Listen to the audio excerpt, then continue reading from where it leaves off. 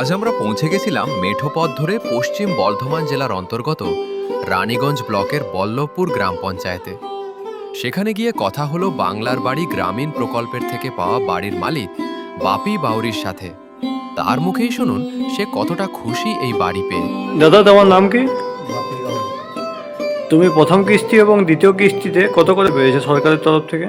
প্রথমে এক শার্ট পেয়েছিলাম, তারপর পরে শার্ট পেলাম। আগে তোমার বাড়ির অবস্থা কেমন ছিল? আগে আমার মাটির হয়েছিল, টালি আর এই বাড়ি পেয়ে তোমার কত সুবিধা হয়েছে? সুবিধা ভালো। তুমি সরকারকে কি জানাতে চাও এই বাড়ি পেয়ে? না,